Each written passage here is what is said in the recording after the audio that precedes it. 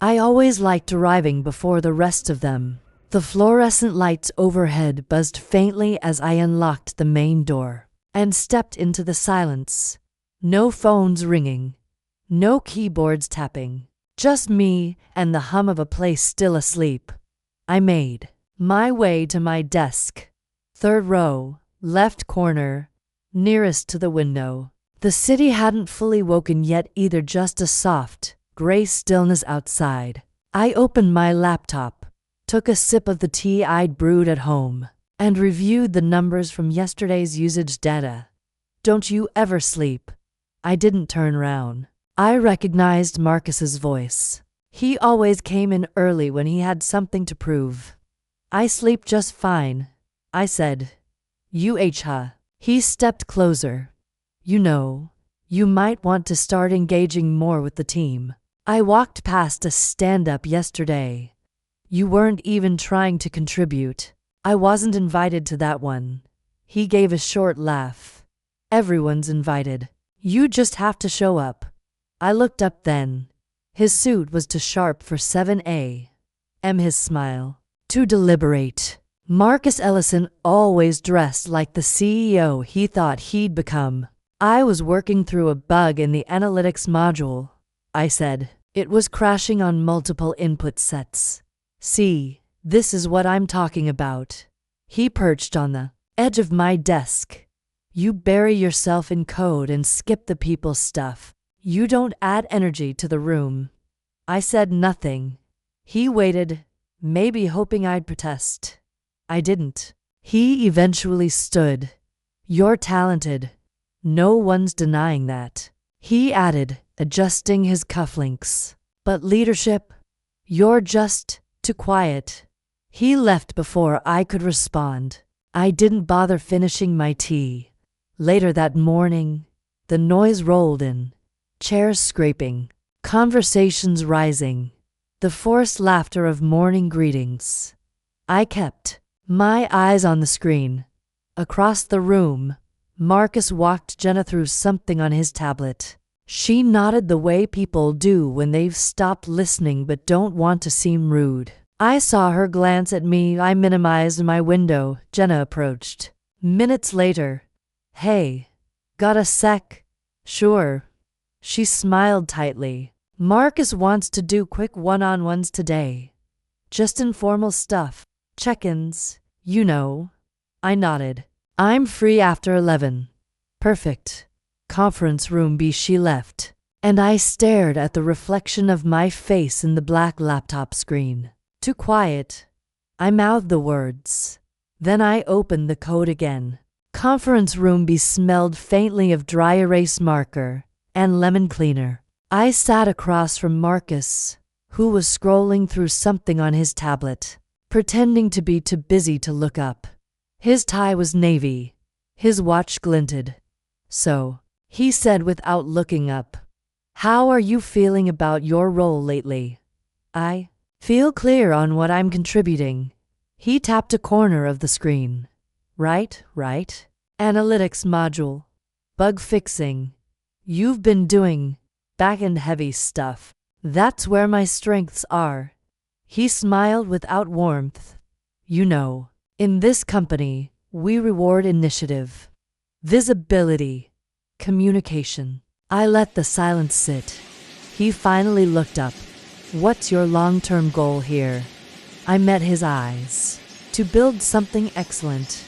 He sat back, eyebrows raised like I'd given the wrong answer. That's noble, but you need to sell it. People have to see you. Tech skills are half the game. I prefer results over appearances. That's what I mean. He chuckled like we were in on a joke together. You've got to show some spark. Leadership's about presence. I folded my hands in my lap. So I'm not seen as a leader. Marcus sighed. You're smart, no question. But there's a cultural element, too. It matters.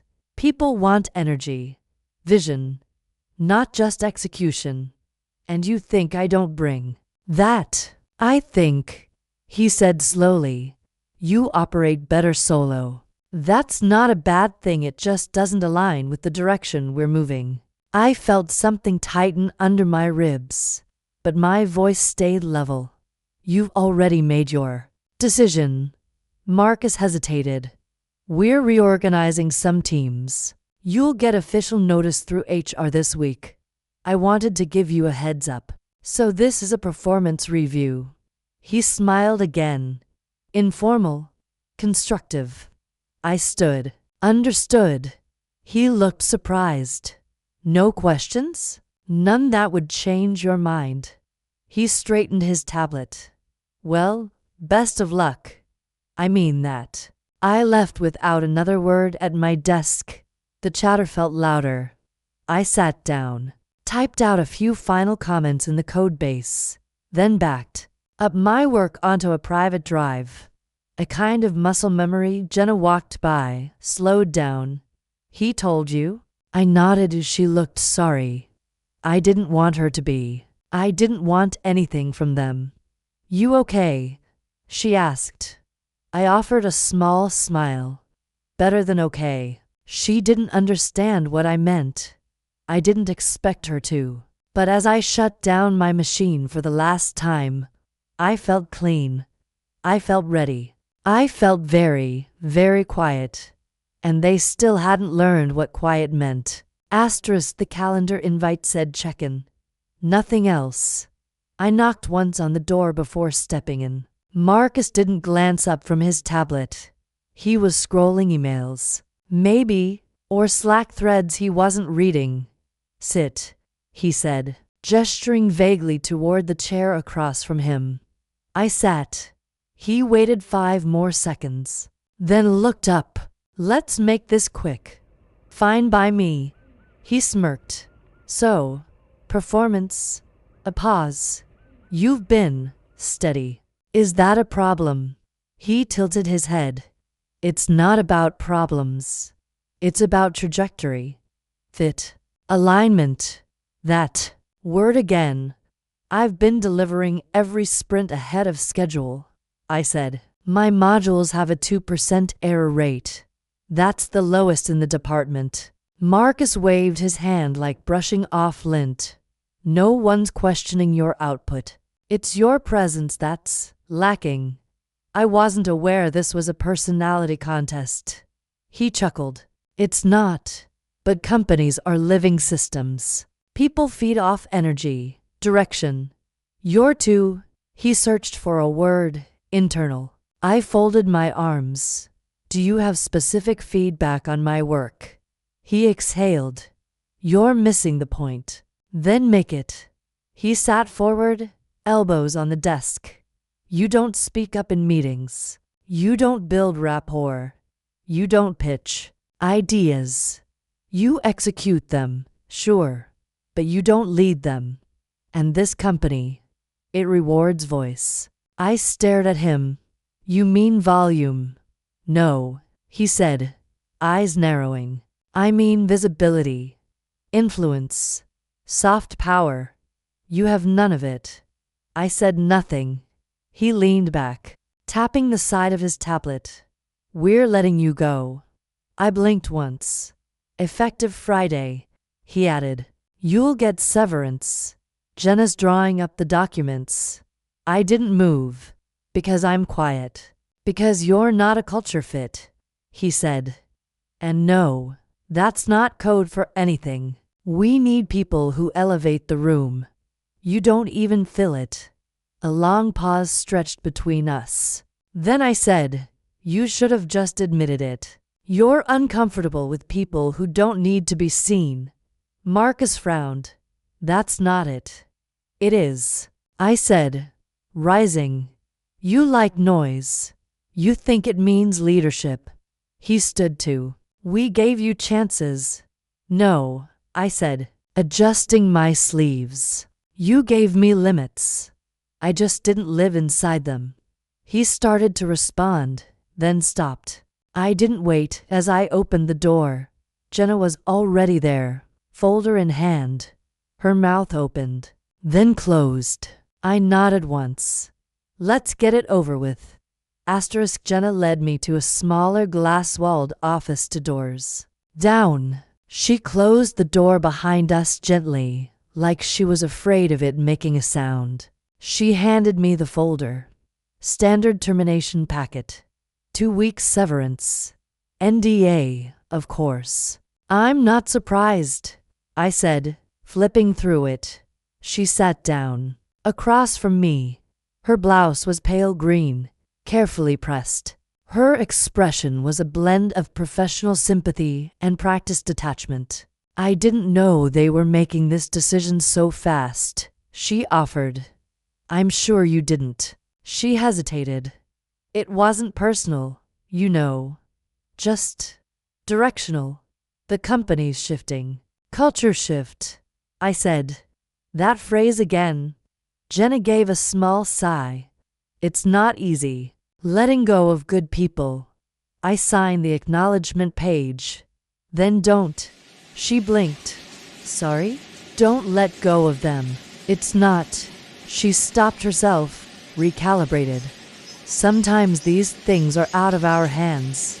No, I said. They're always in someone's hands. You just chose not to hold them. We were both silent a moment. I did fight. For you, if that means anything, she said quietly. I looked up at her. You didn't say anything when he dismissed me in meetings. When he cut off my reports halfway through. You were always there. Watching. Jenna swallowed. It's not that simple. It is. She looked away. You're calm about this. I had time to see it coming. She nodded slowly. You'll land somewhere good. You're smart. Quiet. But smart. I stood there, not mutually exclusive. No, she said, almost to herself. They're not. I picked up the folder. I'll have the signed pages scanned and sent by end of day. She gave a small, almost guilty smile. Thank you. I left the room. Back at my desk, I pulled out my personal notebook from the drawer. The spine was worn. Inside were sketches of interfaces, margin notes, ideas too sharp for the team to hear. I slid it into my bag. Marcus was still in his office when I passed. He was laughing into his phone, relaxed again now that the hard part was over. I kept walking. Silence isn't weakness. It isn't absence. It's awareness, precision, and I'd just been given space to use it. Asterisk, asterisk, asterisk, asterisk, asterisk, asterisk. The box was already waiting on my desk when I returned. Brown cardboard, flattened and folded, placed with the kind of courtesy that tries to disguise dismissal as civility. I unfolded it quietly. Behind me, someone whispered. Another keyboard clicked harder than it needed to. I ignored them. One by one, I packed notebook, water bottle. The glass paperweight with the blue swirl inside. Catherine had given it to me the day I joined. A worn copy of Algorithms to Live By. To pens. My mouse pad. Nothing dramatic. I didn't have plants. I didn't post photos. I never gave them anything they could turn into a story. Jenna approached again, this time more cautiously. Need help carrying anything? No. You sure? I looked up at her. You've done enough. She blinked. That's not fair. Neither was this. Her mouth pressed into a line. You could contest it. You know. Quietly. Off the record. Talk to legal. For what? To stay where I'm not wanted. That's not the point. It is, I said, folding the top of the box. You just don't like hearing it. Jenna stood there, uncertain. Then she nodded once and left.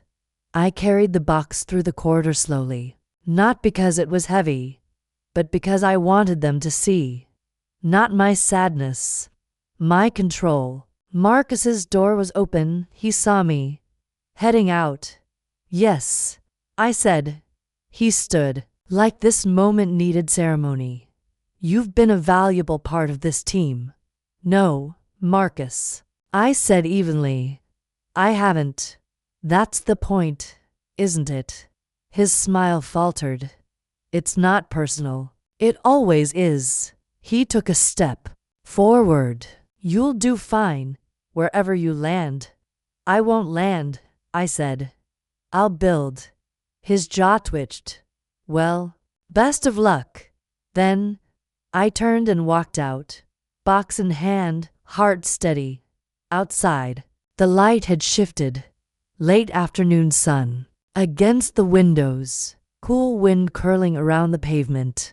I stood for a long moment before crossing the street. Then I smiled. Asterisk asterisk, I didn't call a rideshare. I walked the 10 blocks home, box balanced against my hip, shoes clicking evenly on the sidewalk. The weight of my things was nothing compared to the quiet that had settled in my chest. I passed the bakery on 9th, still open, still smelling like cinnamon and coffee. The owner was locking the display case. Long day?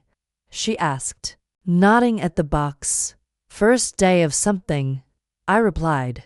She smiled. Good answer. My apartment was neat. Always had been. Structure helped me think. I set the box on the table, opened it again, took each item out slowly. The paperweight went on the windowsill. The book to the shelf. The notebook open. I flipped to a page near the center. Diagram of an interface. Notes scribbled along the margin. Visualized data spikes. Predictive elements. Real-time refactor. Alert. They dismissed this idea. Too ambitious. Too specialized. Not mainstream enough. Marcus had skimmed it once, then tossed it aside. I studied the lines. Still good. Better now. Actually, with the right framework, with the right team, it could become something powerful. Not reactive, proactive. A living, breathing product. My phone buzzed. Text from Catherine. Saw the update on LinkedIn. They really let you go. I typed back. They did. 2 hours ago, her reply came fast. Idiots.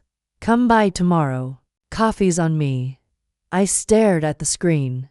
She'd been right years ago. During our undergrad days when she said I built systems like architecture. Quiet precision. Strong lines. Maybe it was time I finally listened. I sat down at my desk, pulled the laptop over, and opened a blank project name. I typed calyx.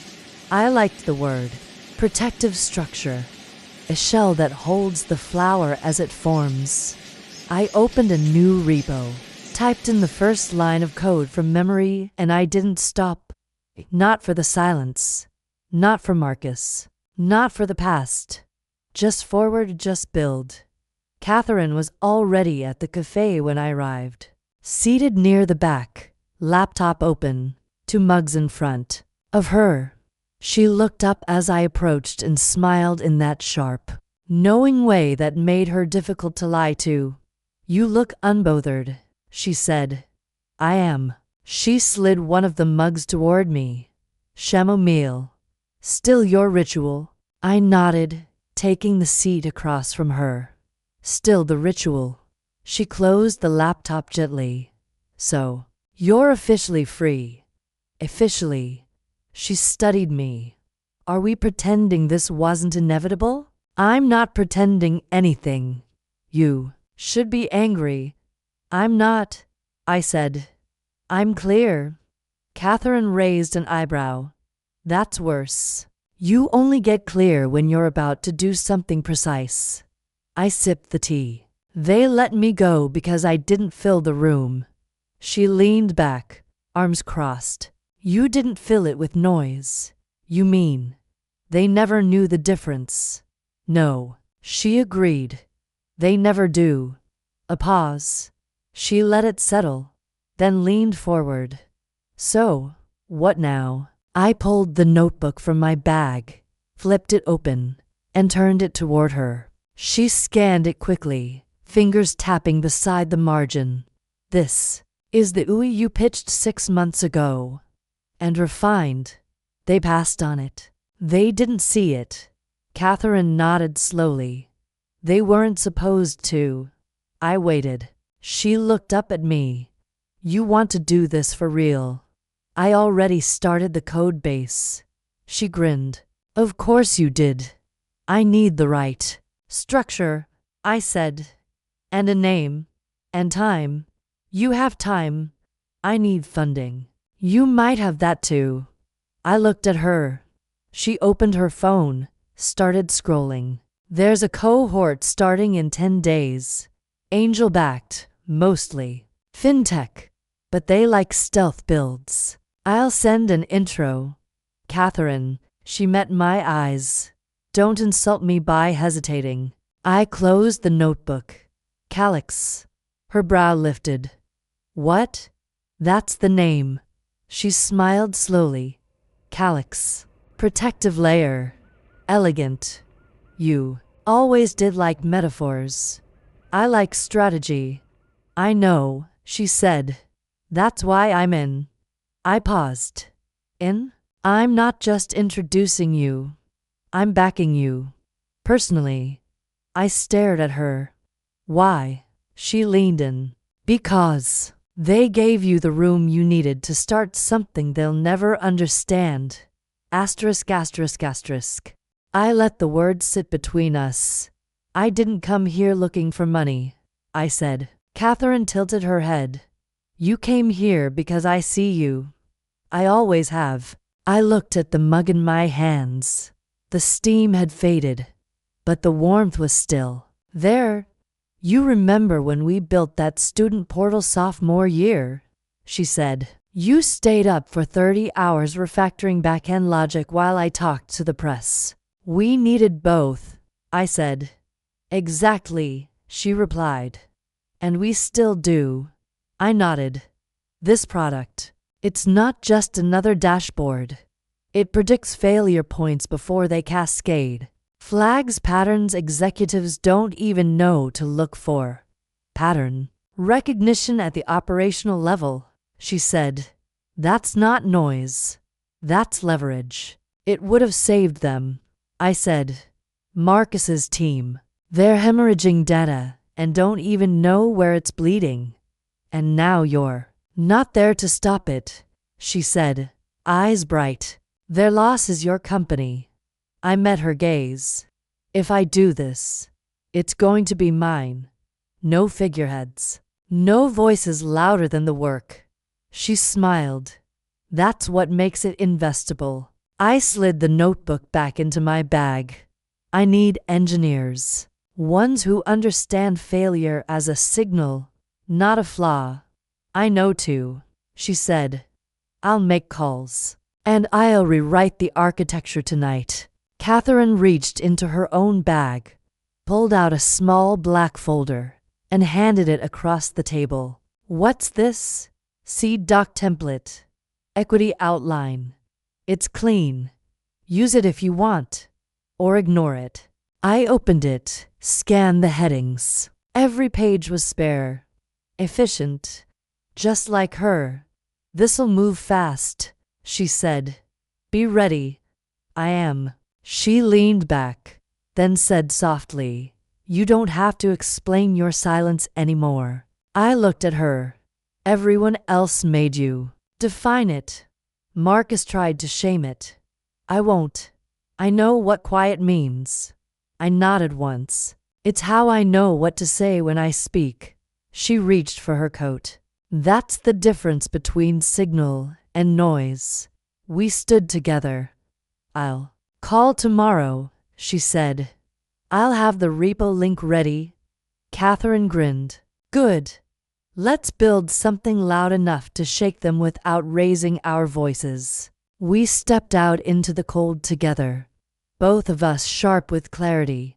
She turned left. I turned right. But the direction was the same, asterisk the secretariat. The city clerk's office didn't look up when she handed me the clipboard. Fill out section A through F, print clearly. I took the pen, sat at the cracked vinyl bench, and started writing. Business name: Calyx Technologies. Entity type: LLC. Principal address: Mine. Managing member: May. Wrote slowly, not because I didn't know the answers, but because I wanted the moment to last. Formation wasn't an idea anymore.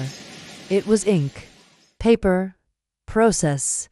Halfway through, my phone buzzed. Catherine, sent your name to a lawyer. She's fast, quiet, deadly. I smiled, texted back. My type. The woman at the desk checked the form, then looked at me over her glasses. This you? Yes. All right. Filing fees $350. I handed her the card.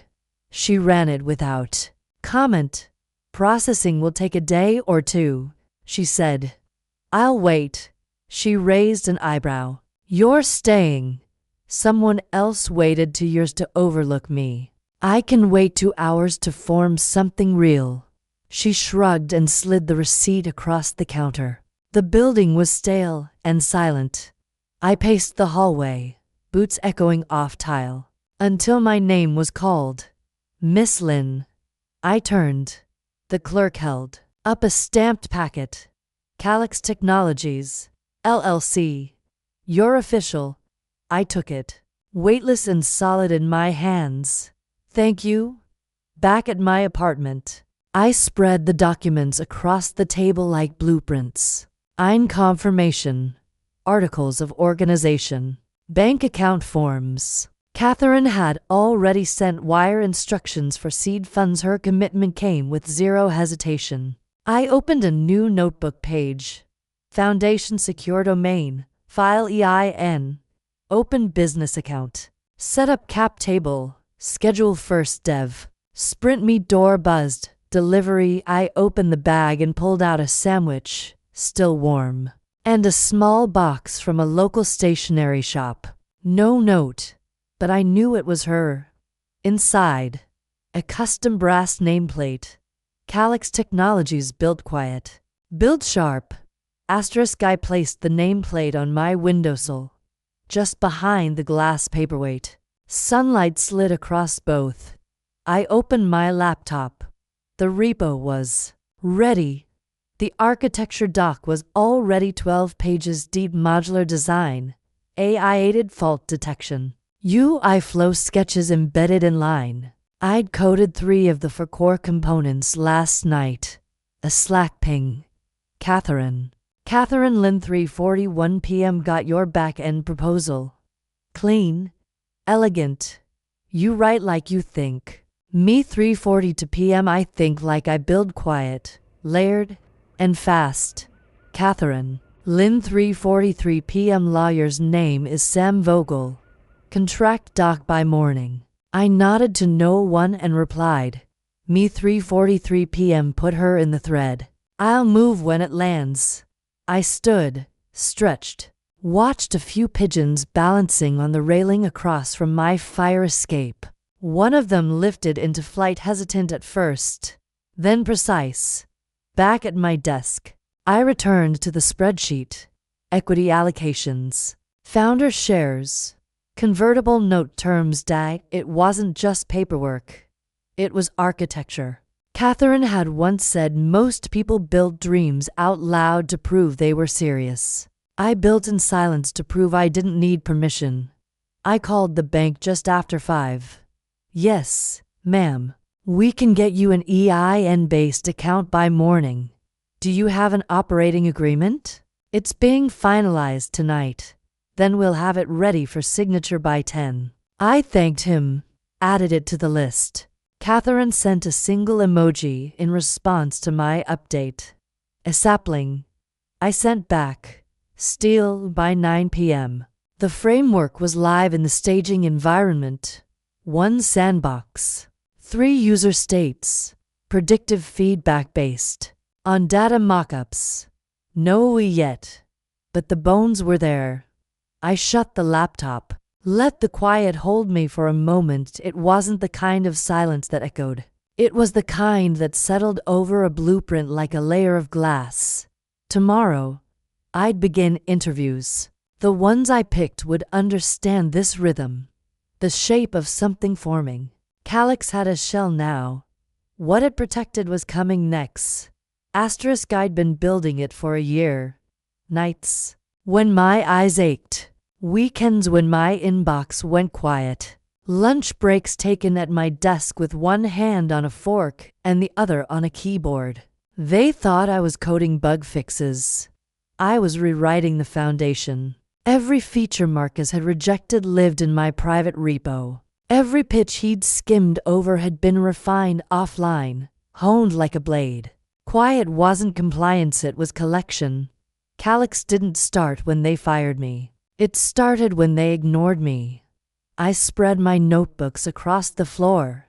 Sketches of user pathways, anomaly prediction logic, behavioral flags mapped onto task dependencies. The core idea had always been the same. Make workflows smarter than the people using them but never louder. A product that listens harder than it speaks. The old company had wanted dashboards, flashy metrics, pretty graphs. I wanted meaning. Signals pulled from the noise. Patterns that whispered trouble before anyone said it out loud. My notes were full of margins. Don't display everything, display what matters. And silence isn't absence. It's signal compression. Marcus had called it to academic. Said executives wanted color, animation, pings. He never understood the weight of a clean system, of elegant design that doesn't beg for attention.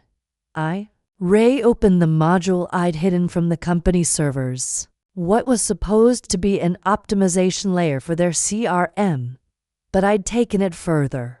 Instead of showing KPIs, it learned which patterns preceded breakdown, code churn before outages, meeting spikes before resignations, velocity dips before burnout. None of it was intrusive, just clear. I wrote quietly for 6 hours, broke for 10 minutes, then again for 3 more. Lines blurred into functions into structure. By dawn, I had a skeleton that could breathe. Catherine called at 8 a.m. sharp. You didn't sleep, she said. No. Show me.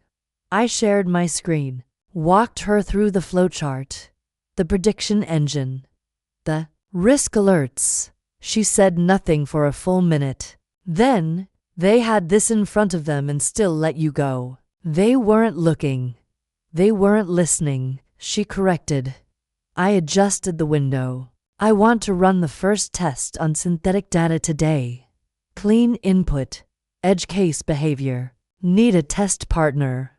I'll mock a user profile. For you. Her smile was audible. Always dreamed of being your test subject. Asterisk, asterisk, asterisk, asterisk, asterisk, asterisk, asterisk. I spun up a sandbox and dropped Catherine into the system as user 0. Mid-level executive profile. Moderate workload. High churn environment. The AI tagged 6 alerts within 20 minutes. Your simulated persona's about to implode, I said. She laughed. Story of my VC life. But watch this, I said. I clicked a node on the flow graph. Based on feedback loops and indirect metrics, calendar density, email sentiment, late commits, it predicts burnout to weeks out. She whistled. Before HR even notices. Before HR even suspects. Catherine's voice dropped. This isn't just a product. It's leverage.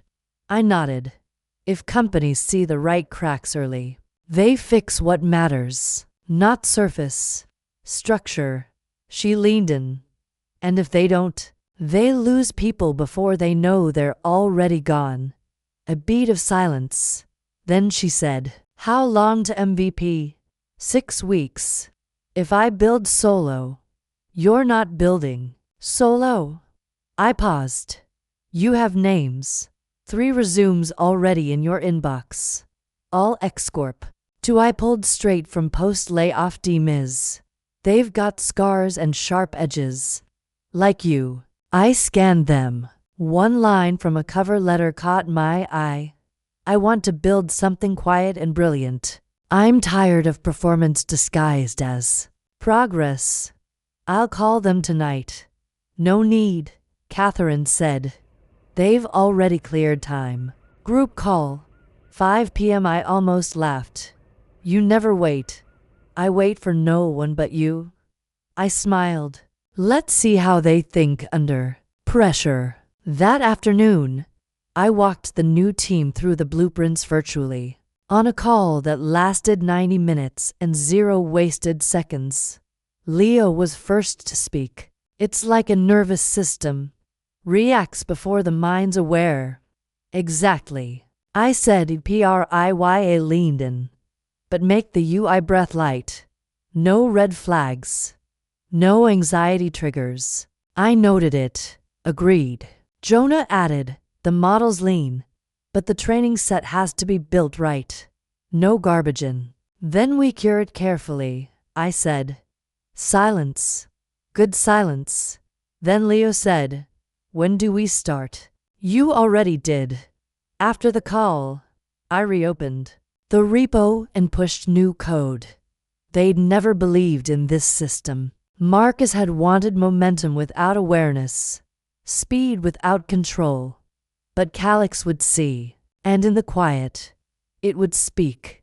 Asterisk, the pitch deck was 12 slides long. No fluff. No slogans. Just signal. Slide 1. The problem systems that react to late. Slide 2. The cost employee attrition, missed indicators, fractured operations. Slide 3. Calix. Catherine looked over it in my apartment the night before. Our first meeting. It's cold, she said. It's deliberate. You want them leaning forward. I want them thinking. She tapped the table. Don't change it.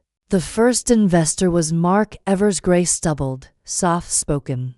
The kind of man who measured people in milliseconds of hesitation. Catherine sat beside me but didn't speak. It was my meeting. Mark leaned back after slide 7. You're proposing predictive organizational diagnostics. I nodded. Without employee surveys. Without surveillance. Yes. He folded his hands. That's new. It's essential. Mark tapped his temple. You know most founders pitch with fire. I don't need fire, I said. I have precision. A long pause. He looked at Catherine. She's direct. She's dangerous, Catherine said calmly. You should listen. Mark looked at me. Pre-seed or early? Bridge, I said. 50 and convertible. Clean terms. He smiled. Quiet founder. Quiet ask. Quiet execution, I said. Loud returns. He laughed, soft and sharp. Email me the SAFE. We closed him into days. Catherine opened the gate after that. Latoya Burns, a veteran product lead turned mentor, and to former clients she knew from a fintech retreat. They asked real questions. Not about growth.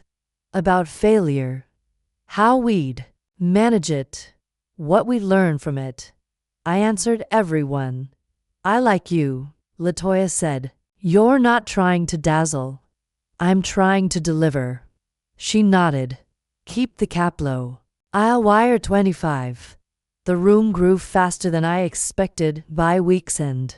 I had to 130K committed on paper. Catherine managed the diligence. Calls. I ran point on the roadmap. The burn rate. The hiring pace. Every call was tight. Every answer clean. I never pitched twice. They either saw it or they did in single quotes T, the ones who passed. I thanked them, archived the email, and moved on. They weren't wrong for saying no. They just weren't meant for this. Catherine called late Thursday. You know what we just did? We just bought a year of freedom. Damn right, she said. You ready for Monday? I checked the roadmap. Sprint 0 launched at 9 a.m. sharp. Ready, I said. And quiet. She smiled through the line. That's how storms form. Asterisk on Monday. I updated the cap table. Catherine's share was small by choice. Mark came in at a clean 5 OK. Latoya's wire cleared by noon. We had runway now. I sat alone at the kitchen counter, updated the tracker, and poured a glass of water like it was champagne. It wasn't celebration, it was preparation. The next call was different. An invite-only roundtable of founders and funders, hosted virtually. Catherine had pushed to get me on the list. She knew I hated performative pitch events. Just listen, she said.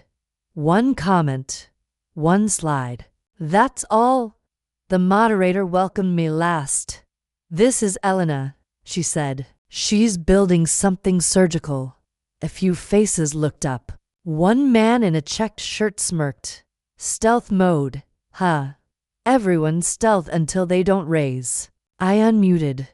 I raised. A pause. How much? 320 in 8 days. What's the product? I shared a single slide. A network graph in soft blue. A single red line diverging quietly. Organizational anomaly detection, I said. Pattern-based signals. No monitoring. No noise. The man squinted. You're competing with Asana. No. I said.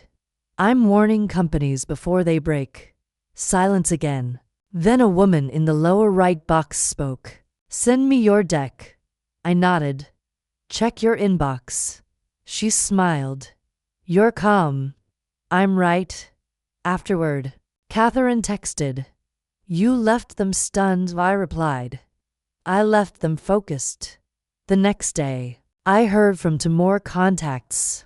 Word was moving, but I didn't chase it. Calyx wasn't about hype.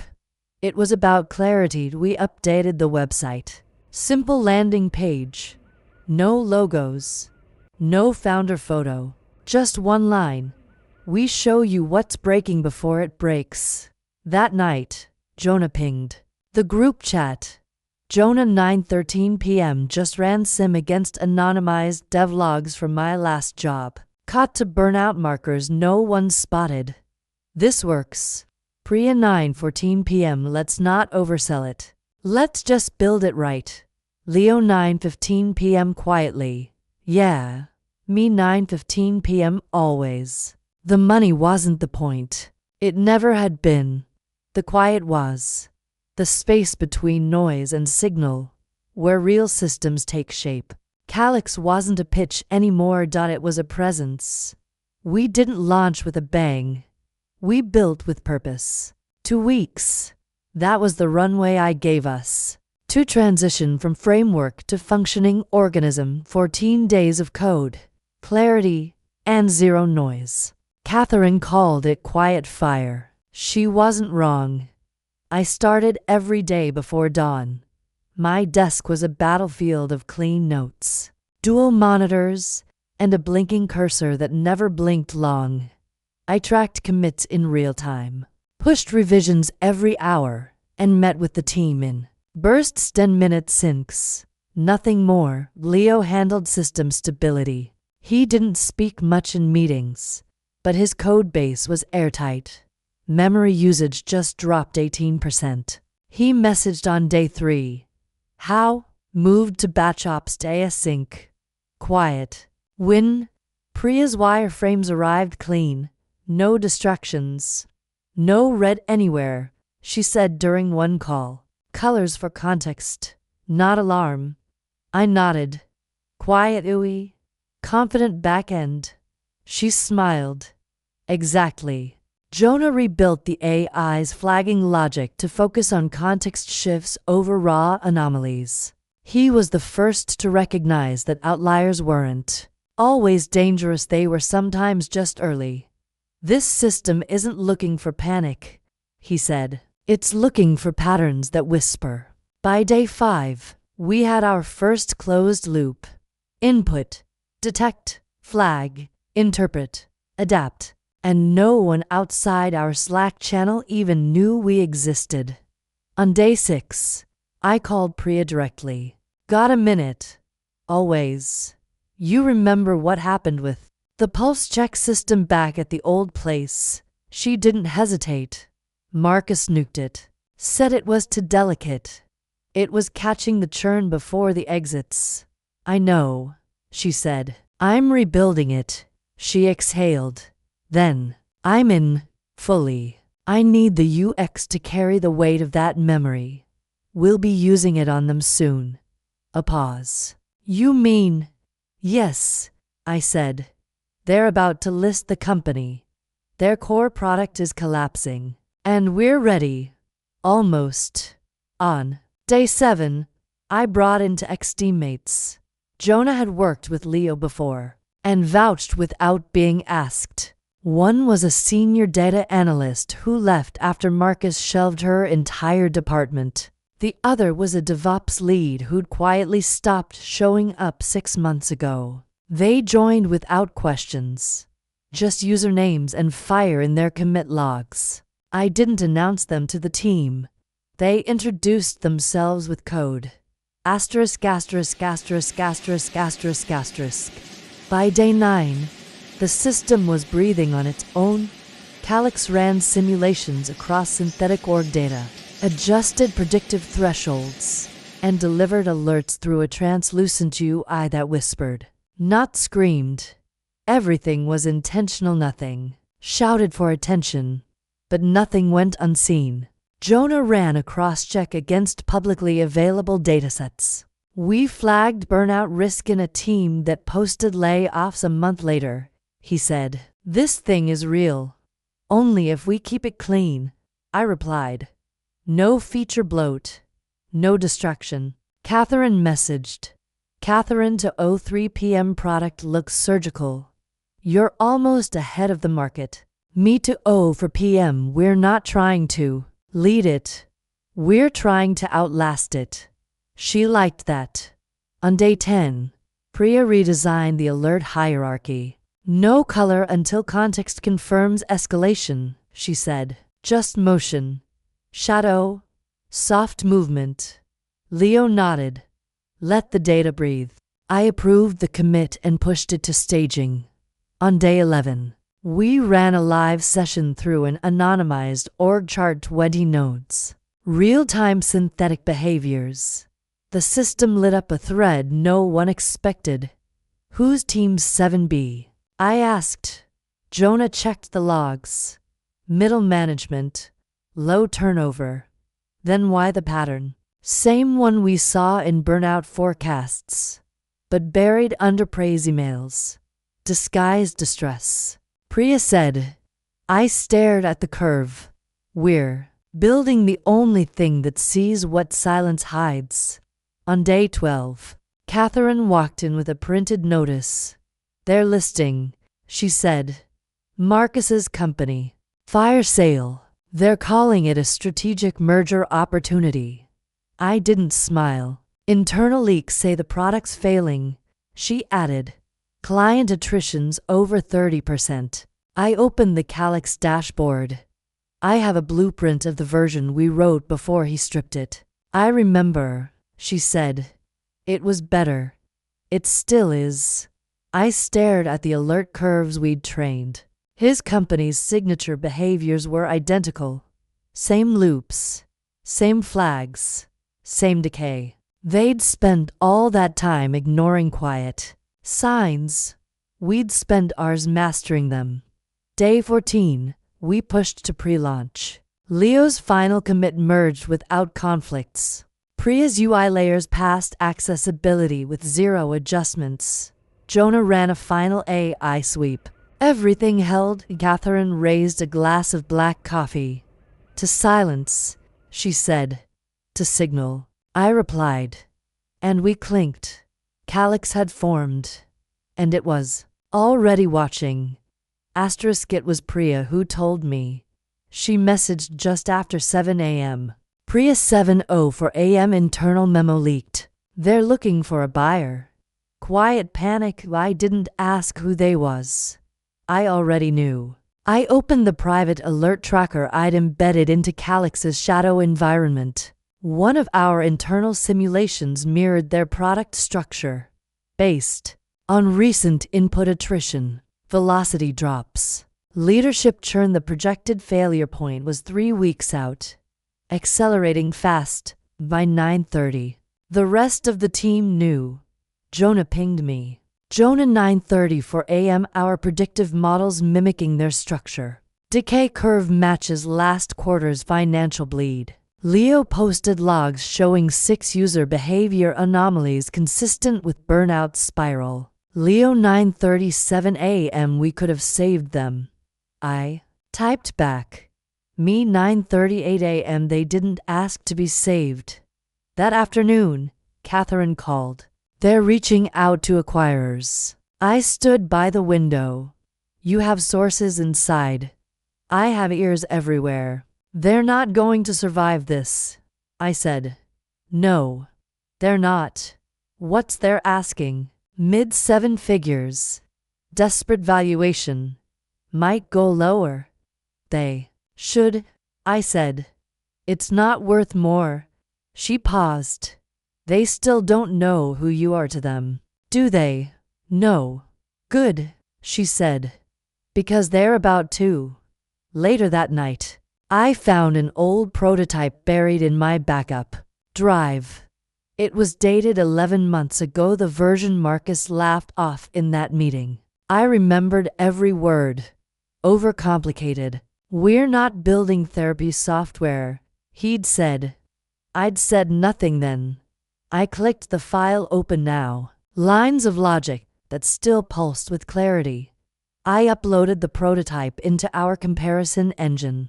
Calyx processed the code in 30 seconds and mapped it against their current failing system. 74% overlap. They launched with my skeleton and stripped out its spine. Now the structure was folding. I stared at the code and felt nothing. No triumph. No rage. Just clarity. The thing they had feared most, my quiet, was what they'd tried to steal and misunderstood. Jonah sent another update just before midnight. Jonah 11:57 p.m. Their backend repo just went public by accident. Someone pushed without scrubbing keys. I clicked the link. There it was, raw, fragile, chaotic. Our original framework, disfigured by patches and panic.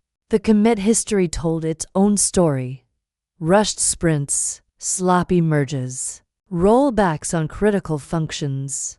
I scrolled until I found it. My old diagnostic loop. Renamed but unmistakable. I copied the function name and dropped it into Calyx's comparator. Match. 89.2% confidence. They hadn't just borrowed. They'd built on my discarded bones. The next morning, Priya called. I read the whole repo. Thoughts? They didn't understand any of it. They copied the syntax, not the structure. They're going to sell the corpse of something they never learned to animate. I let the words hang. Then I said, "We're not bidding yet." She was silent. Then, when we do, they won't see us coming. I spent that day tightening Calyx's core. Leo optimized load handling for enterprise use. Jonah coded fail-safes that would withstand a chaotic merge. Priya prepped onboarding UX for a legacy team we didn't yet own. No one said the name of the company. No one had to. At 5:03 p.m., Catherine sent a message. Catherine, 5:03 p.m. They're taking meetings. You wantin'? Me 5:04 p.m. Not yet. Catherine, 5:05 p.m. Soon? Me 5:06 p.m. When the price drops with their last hope. That night, I watched their Glassdoor page. 4 reviews in a row. Visionless. Toxic. Leadership vanished. Good luck if you're not loud. I closed the tab. Silence was still my advantage. I had no interest in gloating, just strategy and execution. On day 15, their CTO posted a vague LinkedIn update. New chapter ahead. I clicked on his profile. We'd never spoken when I was there. He'd once walked past me in the hallway and asked someone else if I was a contractor. He'd soon report to someone who remembered everything. I drafted one line in my journal before bed. Never announce revenge. Just build the room where it arrives. Asterisk, we used a different name. Catherine filed the paperwork through one of her holding entities, Northlake Partners. The name meant nothing. That was the point. Sam Vogel, the attorney Catherine recommended, was clinical in the best way. Every clause she wrote carried steel under silk. I've reviewed their articles, she said over Zoom. They're hemorrhaging. No buyer with sense should meet their asking. We're not negotiating from sense, I said. We're negotiating from silence. Sam smiled. You want to bait them into undervaluing themselves. No, I replied. They've already done that. I just want to be first in line when they realize it. Catherine and I met at a private office she kept for deals that required discretion. 2 coffees. No assistants. They've set the floor at 4.3, she said. Asset sale. No IP exclusions. They won't move. Oh, they'll move. We'll let them get tired. I pulled out a printout. Calix's side-by-side architecture against their broken product. 74% code overlap, I said, with none of the protective layers. Catherine nodded. They sold your vision without understanding the infrastructure. I underlined one line. We're going to give them an exit, not a rescue. She leaned forward. Let's talk. Offer strategy. We filed a letter of intent the next day, anonymized, modest, surgical. Sam drafted the language. Acquisition of assets. No team retention guaranteed. Integration optional. The offer, $2.1 million flat. I knew they'd balk. They did. 3 days of silence. Then a message arrived, routed through Catherine. Their VP of Finance wanted a conversation. He didn't recognize our entity. Of course he didn't. He offered to clarify their strengths. Catherine replied, No need. We're very clear. Meanwhile, we traced their outbound offers. Had passed. One potential partner ghosted them. Their CTO announced a sabbatical. Their head of HR removed her company name from her bio. They were folding. We weren't waiting. Day 5 after the offer, Sam received a counterproposal. 3.4 million. Conditional. Catherine forwarded it to me. I typed. Me 6:41 p.m. counter. 2.6 meters max. All terms unchanged. Deadline 48 hours. Sam executed. We waited. Asterisk, asterisk, asterisk, asterisk, asterisk, asterisk, asterisk.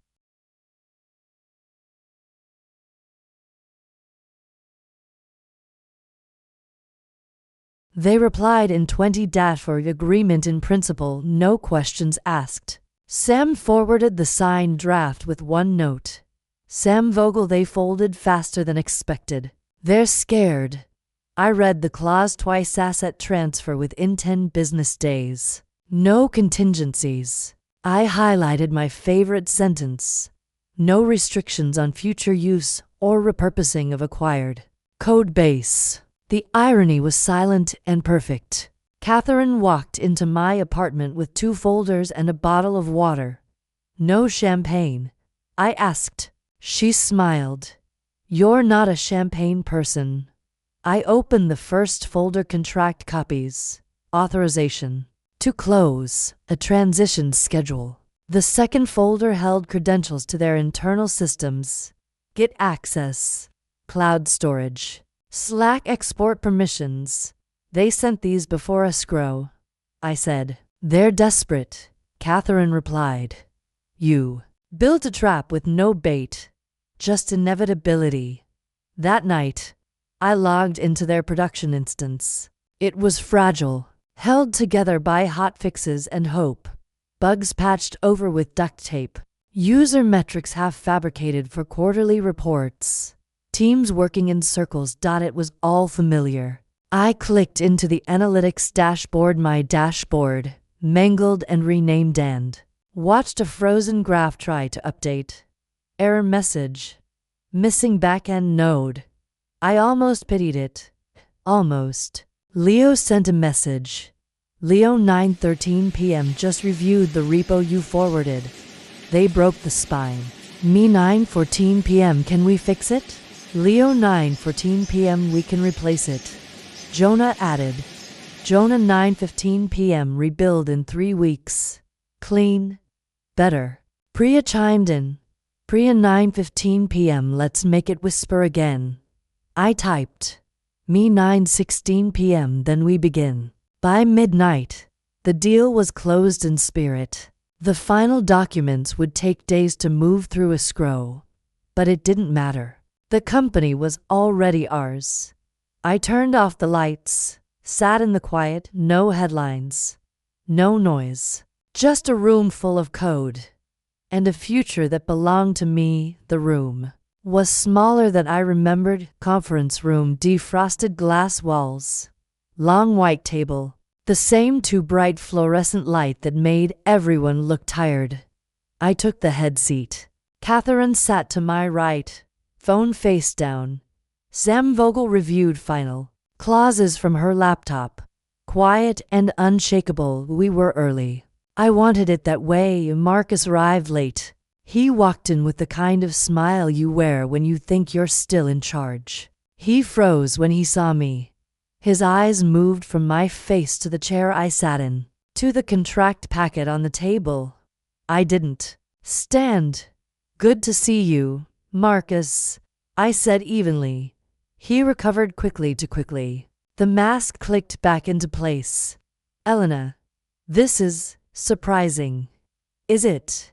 He looked at Catherine. You're the buyer. Catherine offered nothing. He turned back to me. Northlake Partners? We acquired through them, I said. Clean shell. Easier structure. Marcus's jaw clenched. Barely. You're behind this. I am. He glanced at Sam. This was a hostile bid. Sam didn't blink. It was accepted. He looked at me again. You planned this. I prepared for it. Marcus dropped into the seat across from me. You know this isn't personal. I let that sit. He shifted. The board was under pressure. The product struggled. We did what we had to. You stripped it, I said, calmly. You launched a skeleton and called it a platform. You think you can do better? I already have. He stared at me. You built Calyx. Yes, you. He shook his head. You were just a developer. No, I said. I was the blueprint. You just couldn't hear me over the sound of your own voice. Silence stretched. Sam slid the transfer contract toward him. We'll need your signature here and here. You'll vacate systems access today. Final wire hits Friday. Marcus didn't touch the pen. I had a vision, he said. You had. A volume knob, I replied. You turned it up to drown out warning signs. This company didn't die because it failed. It died because it refused to listen. Catherine leaned forward, voice cool. You sold a product you didn't understand to buyers who saw through you. She built something that doesn't need to scream to be heard. Marcus picked up the pen slowly. He signed without another word. Asterisk. Sam collected the documents, slid them into a folder with care, and stood. That concludes today's transition. Marcus didn't move. He looked down at the table, hands folded tightly. I rose. So did Catherine. He finally spoke. You waited this whole time. Built this just to what? Humiliate me? No, I said. I built this to prove that clarity lasts longer than charisma. He let out a breath, small and bitter. You could have warned me. You fired me. I gave you a severance. You gave me silence, I said, and I used it. Marcus looked at Catherine like she might soften the moment. She didn't. Good luck, Marcus, I said, stepping away from the table. He stood too, slower now. You'll see.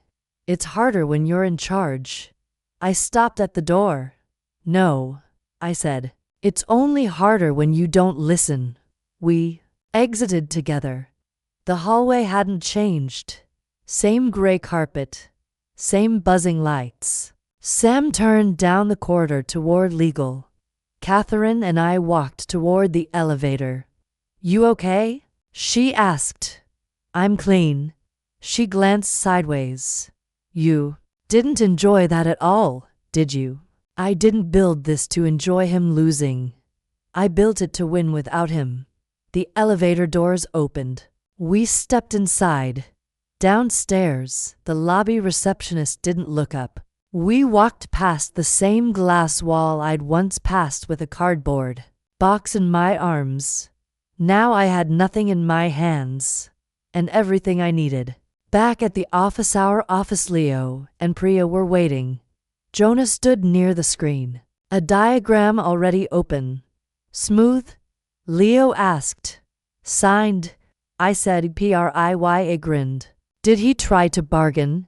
He didn't even understand. Jonah pointed to the diagram. Integration timeline. We start Monday. No, I said. We start now. I dropped my bag, rolled up my sleeves, and stepped into the center of the room. We're not rebuilding. We're replacing. No legacy code. No legacy ideas. The team nodded, already moving as I took my seat. Priya passed me a note she'd scrawled during the meeting prep. It read, no louder than necessary, no softer than true. I tucked it into my notebook and got to work. Marcus didn't leave quietly the next morning. He was back in the building, shoulders squared, walking fast like the air still belonged to him. I was in the server room with Leo when Priya messaged. Priya, 9:06 a.m. He's here. Alone. Wants a transition briefing. I stood. Stay on backups, I told Leo in conference room C. He was already pacing when I entered. The whiteboard had 4 bullet points, all his handwriting. Who authorized the team structure change? He asked before I'd even closed the door. I did. He turned. And who approved external hiring? That wasn't in the agreement. You're not part of the agreement, I said. I built this team. He snapped. No, I replied. You built a funnel. I built the foundation. He sat down hard. You're making operational changes before the transition's complete. I sat opposite him. The systems were broken. We're not salvaging, we're replacing. This isn't how you lead, he said. I know, I said. That's why I'm doing it differently. He tried to reassert control, but the shift was irreversible. Every time he said we, I corrected him with calyx. Every time he said the company, I said the acquisition. By the time Sam entered with final HR docs, Marcus was pale with frustration. We need to talk about retention packages, he said to her. She opened a folder. You're not on the retention list. He stared. You're serious? Sam looked at me. I nodded. I've already appointed new leadership, I said. Marcus laughed once. Who? I turned to the door. Danielle Cho stepped in, precise blazer, tablet in hand, calm face set with purpose. She extended her hand. Danielle Cho. Incoming coup. Marcus didn't take it. Sam slid the exit documents across the table. You'll have 2 weeks of consulting pay, per standard terms, she said. You'll have no managerial duties effective immediately. This is my company. Marcus said under his breath. No, I said. It was a place you controlled, not one you led. Danielle waited until he left the room before speaking. I reviewed his last 9 sprint notes. They weren't notes. They were orders. I know. We'll clear his influence in 3 weeks, she said. Maybe less. I'll give you 2. She smiled. Done. Asterisk, asterisk, asterisk, asterisk, asterisk, asterisk, asterisk. That afternoon, Danielle and I sat in what used to be Marcus's office. The furniture remained, but the tone had changed. He left personal items, she said, pointing to a shelf of untouched binders. Don't throw them out, I said. Box them? Deliver them. She raised an eyebrow. We don't need drama, I added. Just order. Danielle smiled faintly. Understood. She tapped her tablet. I've reviewed the current leadership structure. Half of them were promoted for volume, not vision. We'll fix it. Quietly. Always. By end of day, the new internal directory was live. Team leads were reshuffled. Marcus's old Slack channel was archived. Danielle issued a calm, structured memo to the entire team. Subject: Organizational realignment body. We are transitioning leadership to support operational clarity and long-term sustainability. You will be led, not managed. If you're here to perform for noise, you won't last. If you're here to build, you'll thrive. It was perfect. Catherine stopped by around 6, holding 2 coffees and a smirk. He's gone. He left 10 minutes ago, I said. Didn't say goodbye. Of course not. I handed her a tablet. This is the revised hierarchy. Danielle moved fast. She's sharp, Catherine said. She sees structure like you do. She acts like she's already been here a year. She has. Just in a different body. We walked to the glass wall overlooking the open floor. The team worked quietly, some heads down, others in soft conversation. No frantic tapping. No fake energy, just motion. Controlled. Focused. I always hated this floor, Catherine said. I used to sit over there, I said, pointing to the far corner.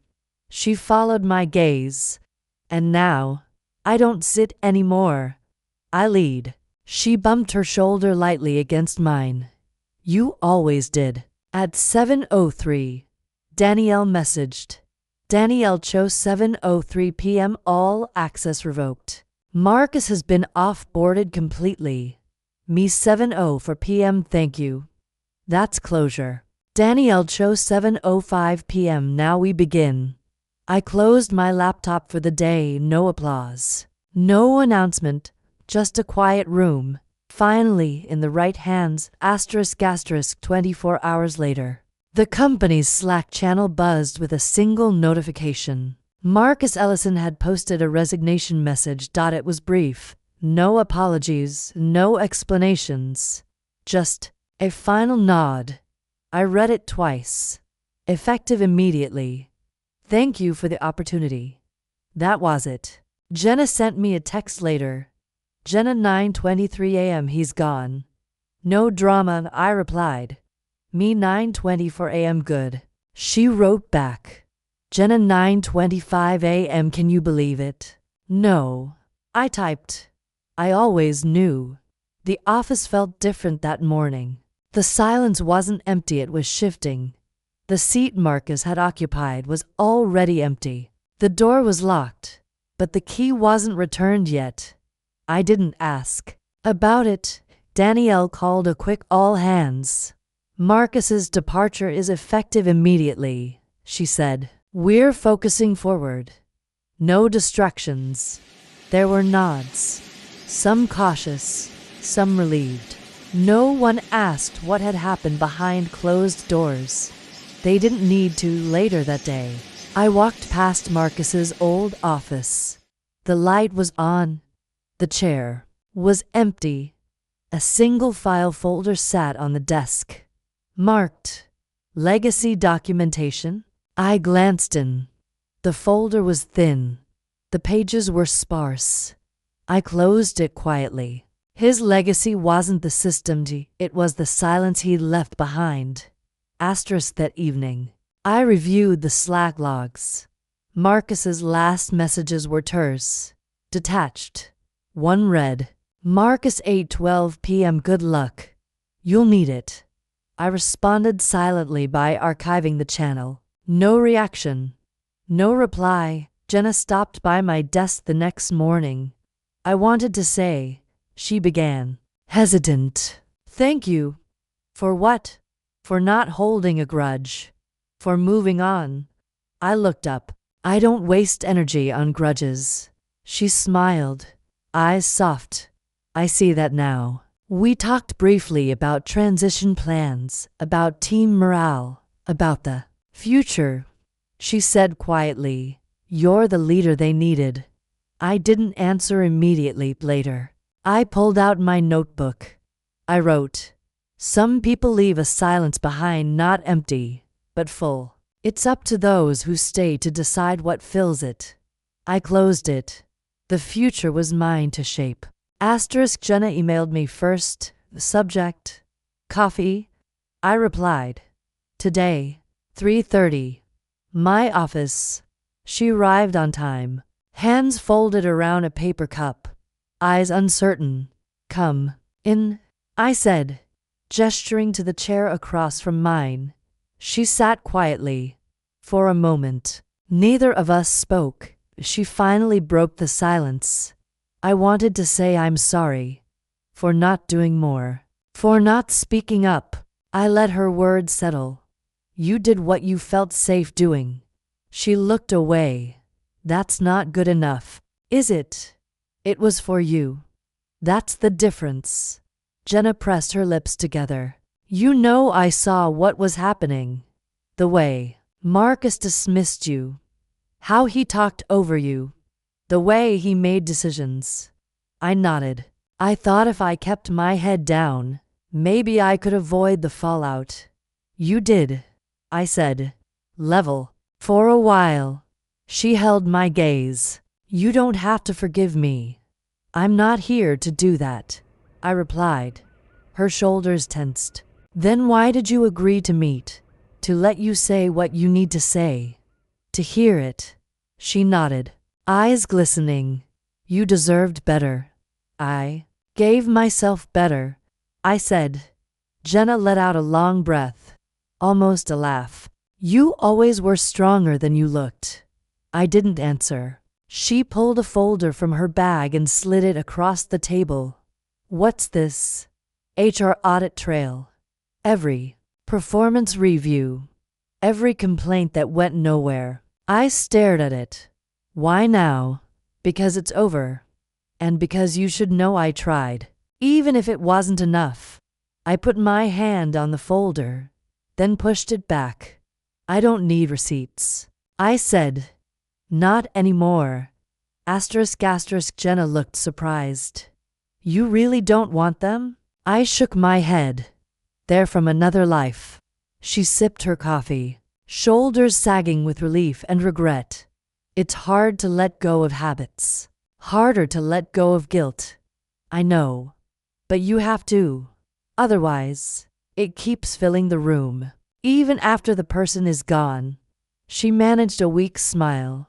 Are you really okay? I paused, then said, I am. I built something out of what happened. That's all I ever wanted. I'm glad, she said quietly. We sat a while longer, not speaking, letting the past settle and lose its shape. After a moment, Jenna stood. Thank you for seeing me. Thank you for coming, I replied. She lingered at the door. You were always quiet, but you never stopped seeing people. I forgot that. It's easy to forget things that make us uncomfortable, I said. I won't hold it against you. She nodded, then left. I looked out at the office. at the new faces and old. The room was filled with new stories now, no shadows, no one hiding in silence. I opened my notebook and wrote, "The past doesn't need witnesses. It needs closure." I closed the notebook, set it aside, and turned my attention to what was next. A different kind of quiet. A different kind of strength. Asterisk asterisk. I stood at the front of the main conference room, facing a crowd that wasn't sure whether to expect hope or another round of empty promises. This was the first all-hands meeting since the acquisition. The first time most of them had ever seen me outside a screen or a hallway. Danielle introduced me with a single line, "Elena will speak for us now." I took a slow breath, feeling the weight of their anticipation. Some watched with curiosity, others with quiet skepticism. I began. "Most of you know me as the woman who wrote code in the corner. The quiet one." That label never bothered me. It gave me space to see everything worth seeing. The room stilled, attention settling. I've watched teams forced into noise, watched problems ignored because they weren't loud enough. I know what that feels like, and I know what it does to a company. Someone at the back nodded, just once. I continued. "We aren't here to perform. We're here to build. You're not going to get pep talks from me. You'll get clarity." There were a few surprised laughs. I met their eyes, one by one. "We don't reward volume. We reward value. We don't hire for show. We hire for what endures after the show is over." Danielle watched from the side, calm and certain. I said, "If you want to contribute, speak up. If you need quiet to do your best work, I see you. If you're only here for a stage, you'll find the door soon enough." No one moved. They were listening, really listening. I opened the floor. Leo raised his hand. "What's the first change?" "Transparency." I answered. "No more closed-door meetings about your future. No more policies hidden in jargon." Priya asked, "What about layoffs? If we ever need to reduce, I'll say it to your face, not your inbox." There were nods. The tension softened. As the meeting ended, people approached, some shy, some bold. A woman from marketing said, "You don't sound like any CEO I've met." I replied, "That's why I'm here." She smiled. "Don't change that." When the room finally emptied, Danielle joined me by the window. "You had them at clarity." "I meant every word," I said. Asterisk asterisk asterisk asterisk asterisk. She leaned on the glass, arms folded. "I think they've been waiting for a leader who sounds like you." I glanced back at the room, remembering the cold lights and tense silences from months ago. Now the silence was different. Not fear, not exhaustion, just the quiet of people waiting to work. Danielle said, "Some of them will test you." "I know. Let them. And some will leave. I expect that. We'll be stronger for it." She nodded. "What about you?" I looked at her. "I'm where I'm meant to be." She smiled, soft and satisfied. "Welcome home." After everyone left, I stayed in the conference room a while longer, watching the sun catch on fingerprints on the table and streaks on the glass. No more secrets. No more smoke and mirrors. Just the facts. And the people brave enough to face them. Catherine called just as I finished my notes. "How'd it go?" she asked. They listened. And then they heard. Difference. Hearing means they'll remember. She laughed. "That's your real leadership. Not the noise, but the after effect. I'll take that." At my desk, Leo dropped off the latest sprint report. "All green," he said. "Don't say that too loudly," I replied, but smiled. He grinned. Not my style. Priya left a sticky note. Thank you for not making us clap after every meeting. I left it on my monitor. That night, I wrote in my journal, leadership isn't about filling the room with your voice. It's about making space for others to find theirs. I closed the notebook, glanced out at the empty floor, and let the quiet settle again. A quiet that finally meant peace. It started with a single subject line in my inbox. Ray, leadership review. Materials. The HR system had migrated all historical emails into my new executive account. Most were routine. One thread caught my eye. From Marcus Ellison to Jenna Cruz. Subject: Ray, Elena's promotion review. Not leadership material. Too soft, too internal. Doesn't inspire. I read the rest. Each response was efficient, formal, distant. Jenna's reply: she delivers ahead of schedule, sets the standard for accuracy. Marcus: that's execution, not leadership. We need vision. She won't step up. There it was, my career, dissected in bullet points, months before my exit. I stared at the words for a long moment. I kept reading.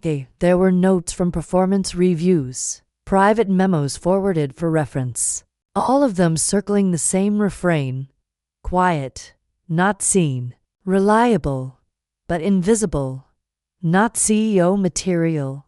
Each note felt less like a wound, more like an artifact. Jonah knocked on my open door. You good? I minimized the window. Fine. He didn't buy it, but didn't press. You need anything from the integration update? Just send it over. He lingered. You know, nobody here thinks of you that way. Which way? He shrugged. The way they wrote about you. I nodded, meeting his gaze. Thank you. He grinned, half sheepish. You're a pain in the ass to work for, but you never miss the details. High praise, I said. Highest, he replied, leaving me to the quiet. I opened the thread again. I archived it, but I didn't delete it. Some scars deserve their place. Asterisk. Later that afternoon, I found another message buried in the archives. From Jenna Cruz to Marcus Ellison. Subject: Ray, cue for peer feedback. She asks the right questions, makes the product better. Maybe not loud, but always there for the team. Marcus's reply: to passive, not someone you'd follow into a storm. I read it twice, then closed the window. Catherine stopped by with her laptop under one arm. You look like you've seen a ghost. Just sorting through history. She set the laptop down. Delete it all. You're building forward. I need to remember what silence cost and what it gave. She nodded. Keep what helps. Let the rest dissolve.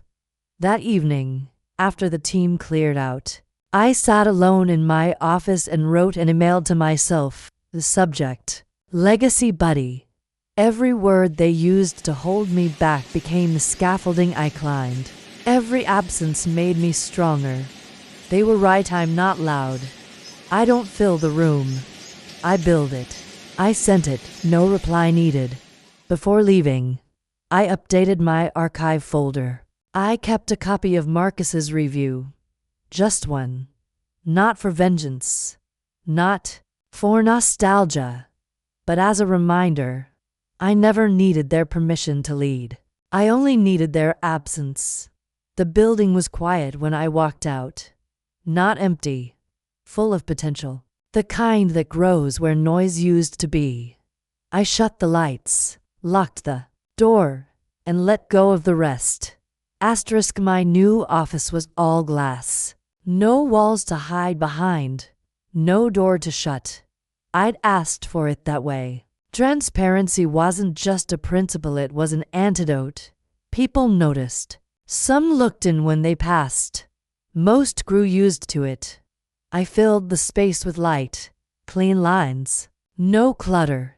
The only decorations were the paperweight from Catherine, the nameplate Calyx Technologies, build quiet, build sharp, and a row of notebooks stacked by color. I spent the first morning standing, not sitting, watching, letting myself be seen.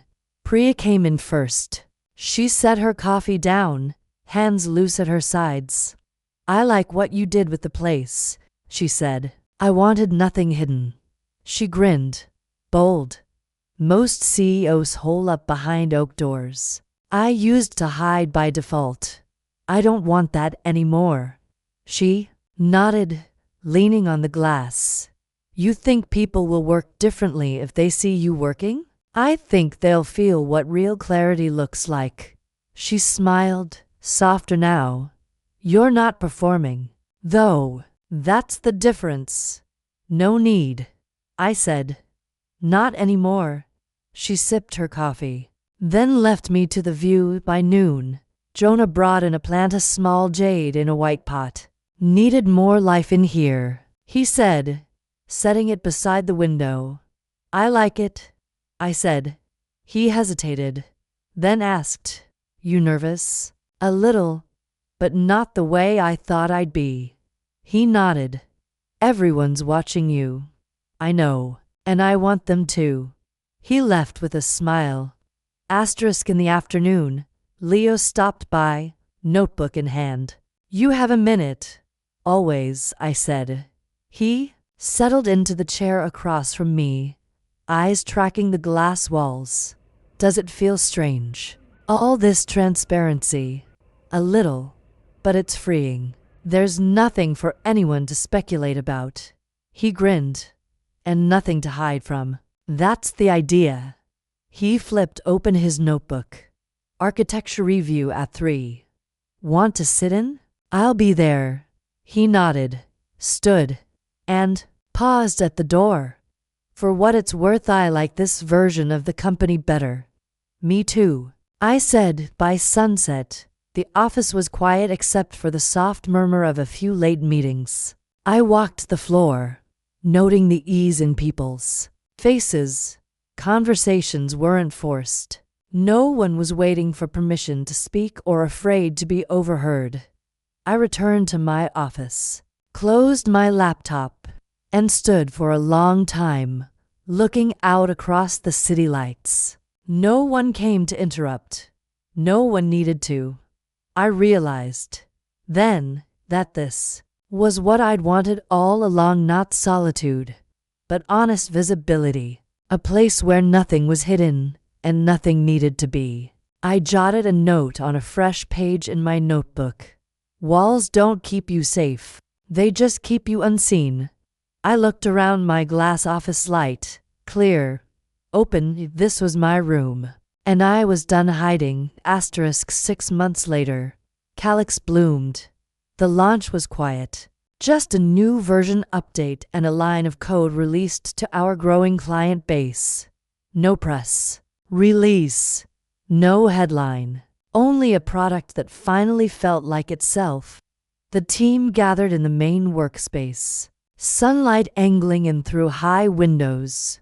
Leo tapped a few lines into the console, smiled, and nodded. Priya lit up the UI seamless flow, no hard edges. Jonah announced, "AI feedback clean. No anomalies into weeks." Danielle, arms folded, said, "That's a record." We all grinned. Catherine watched from the sidelines, silent approval in her eyes. After the meeting, I made a slow circuit of the floor. Every desk was different now, photos, small plants, whiteboards full of new ideas. The company felt lived in, like something that finally belonged to the people building it. Priya caught up to me at the glass wall. "It feels real, doesn't it?" "It is real," I said. "It's the company we wanted." She laughed, a sound I rarely heard from her. "And it doesn't shout about itself." "No," I said. "It listens." We looked out at the city together, the hush between us more honest than any celebration. Catherine joined me near the kitchen. I ran the numbers, she said. Churn rates dropped by 30%. Clients refer themselves. All without a billboard. She smiled. You realize you built something that grows in silence. I nodded. That was always the plan. Asterisk, asterisk, asterisk, asterisk, asterisk, asterisk. As dusk settled, we ordered takeout and gathered around the conference table, everyone from the founding team to the most recent hire. Jonah raised a glass of sparkling water. To building quietly. To building well, Priya added. Leo said, to building together. I looked at them, each face sharpened by the last half year of work. To building what matters. I finished, we toasted. Later, after the laughter faded and the last takeout boxes were cleared, I lingered in the empty office. The light was soft, the quiet full, the city humming beneath us. Catherine stopped at the door. Ready for tomorrow. Always. She smiled. I never doubted you. I picked up a small sprout Leo had left on my desk. A symbol, he said. For growth. We'll need a bigger pot soon, I said. She nodded. And deeper roots. We shared a look. The kind that says, it's not about the size. It's about what survives in my office. I turned the sprout toward the window and opened my journal. The best gardens aren't the loudest. They're the ones that thrive beneath the surface, quietly, powerfully. I closed the book and let myself rest. Finally, outside, the city was never silent. But here, in this place I'd made, quiet had become strength. We had built a company. And I had grown a garden. Asterisk, asterisk. The message came in just after midnight. I was at my desk, reviewing the latest product analytics, when my phone buzzed. Catherine. Lynn, 12:07 a.m. You did it your way. And it worked. I stared at the words, my thumb hovering over the screen. In the background, the office was silent. Just the faint hum of servers and city light through the windows. I typed back. Couldn't have done it without you. Her reply was instant. I just opened the door. You built the house. I let myself smile. Small and genuine. After all the months of doubt, the endless second-guessing, the work that never made noise but changed everything. It was strange how much a single sentence could ground me. I leaned back, the chair creaking beneath me. My eyes fell on the notebook open at my elbow, a running log of milestones, failures, tiny victories. I flipped through pages. First contract signed. First client win. First night I didn't feel like an imposter. A garden of proof, quietly grown. The phone buzzed again. Catherine. Lynn, did you ever think you'd get here? I paused, then typed, no, but I always knew I'd go somewhere that was mine. She sent a confetti emoji. A notification blinked on my screen. Calyx had passed a new performance benchmark. Jonah's AI module had outperformed every legacy competitor. Another message. Priya, 12:14 a.m. Congrats, boss. We're trending up, I replied. Congrats, team. Rest tonight. We're just getting started. Catherine called. Her voice was tired, amused. You can stop now, you know. I laughed. And do what? Garden full-time. She snorted. You'd last a week. I'd code an irrigation system just to avoid weeding. You can't help it. You build to solve, not to show off. Asterisk. I heard her settle back. You always did know how to take a blow and turn it into leverage. I smiled. I never enjoyed the fall, but I learned from the landing. That's what made you different from Marcus. He thought power was about being loud. You learned it was about knowing when to listen. I thought of those old emails, the closed doors, the silence that had once felt like exile. I used to think quiet was my weakness. Catherine said gently, "It's your strength." It always was. I let the words settle between us. Outside, the city kept moving. Inside, the office lights glowed. Somewhere, the servers ticked over to a new hour, marking progress the world wouldn't notice. I asked, "Do you ever regret it? Betting on me?" She laughed, low and sure. "Never. I'd bet on you again in a heartbeat." Thank you, Catherine, for believing when it was hardest. That's what friends do. They see what you're capable of before you can say it out loud. After we hung up, I walked the rows of desks one more time. Each screen was dark, but the work was alive in every pixel, every line of code. I paused by the window. The reflection showed someone I recognized, now calm, sharp-eyed, rooted. I took out my notebook and wrote, "Quiet doesn't mean invisible. It means anchored." I closed up for the night, locking the doors one by one. On my way out, my phone buzzed with one more message from Catherine. "Catherine Lynn, 12:48 a.m. next season. Let's build something new." I smiled, texted back, quietly, powerfully, "Our way," and stepped out into the night. Now, when they call me quiet, I let them. It happens in meetings, on calls, even in interviews. A venture partner will lean in and say, "You're so composed, so quiet." I nod, let them think it's a compliment or a curiosity. I don't explain, because quiet, I've learned, is not absence. It's attention. I start each morning in the glass office, sunlight warming the city beyond. No walls, no door, just the daily rhythm of work. Review sprint reports, scan new contracts, check in with the team. I've stopped filling silences out of politeness. Now, I let them grow roots. Priya stops by one morning, hands in her pockets. A client wants to schedule a call. They're nervous about the transition. Will they leave if we don't reassure them? I ask, and she shakes her head. No, they're just not used to someone listening instead of talking. I smile. Let's call them together. We do. I let the client speak, their anxiety unwinding in the space between our answers. When I finally speak, it's only to clarify, to reassure. Afterward, Priya grins. "You make quiet feel powerful." It is, I say. It always was. In a board meeting, Catherine presents quarterly numbers. Someone suggests we rebrand, louder, more visible, more assertive. I listen.